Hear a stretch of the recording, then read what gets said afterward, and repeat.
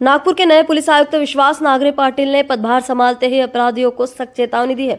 उन्होंने साफ कहा कि जो भी कानून को अपने हाथ में लेने की कोशिश करेगा उसे किसी भी हाल में बख्शा नहीं जाएगा और कानून के दायरे में रहकर उसके खिलाफ कड़ी कार्रवाई की जाएगी।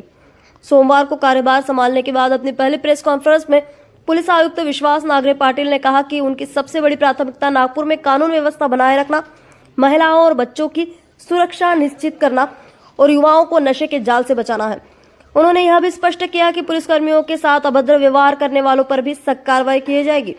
साथ ही उन्होंने कहा कि पुलिस का उद्देश्य आम नागरिकों की सेवा करना है, इसलिए आम लोगों को पुलिस से डरने की नहीं बल्कि भरोसा करने की जरूरत है।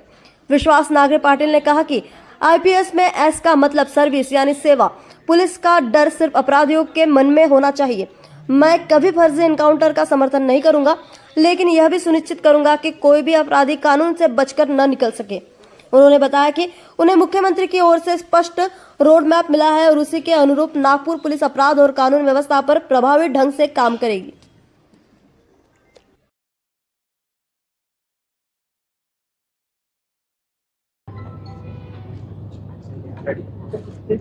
नमस्कार सगळ्या इलेक्ट्रॉनिक आणि प्रिंट मीडियामधील पत्रकार मित्रांचे स्वागत आहे आणि आभार सुद्धा आहे।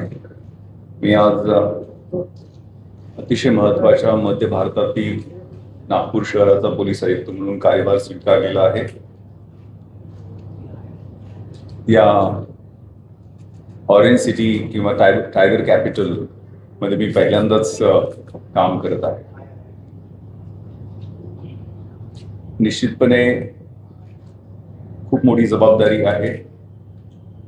माननीय मुख्यमंत्री महोदयांनी जो विश्वास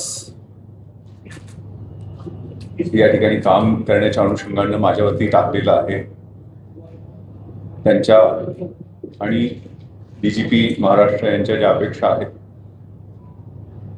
कोर पोलिसिंग कशा पद्धतीने झालं पाहिजे, कायदा आणि सुव्यवस्था कशी राहिली पाहिजे, गुन्ह्याचं प्रतिबंध आणि नियंत्रण कशा पद्धतीने असलं पाहिजे, कन्व्हिक्शन रेट कसा वाढला पाहिजे, महिला, लहान मुलं, weaker sections of the society, युवक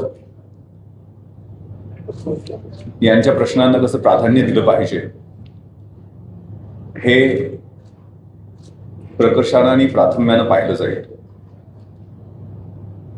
माननीय डीजीपी सरांनी दिशा नावाचं एक प्रेझेंटेशन ऑनरेबल सीएम सरांना दिलेलं होतं आणि तेच प्रेझेंटेशन त्यांनी प्रत्येक युनिटमध्ये सर्वांना दाखवलेलं आहे आणि त्या अनुषंगानं एक बर्ड चार्ट, एक टाइमलाईन ठरवून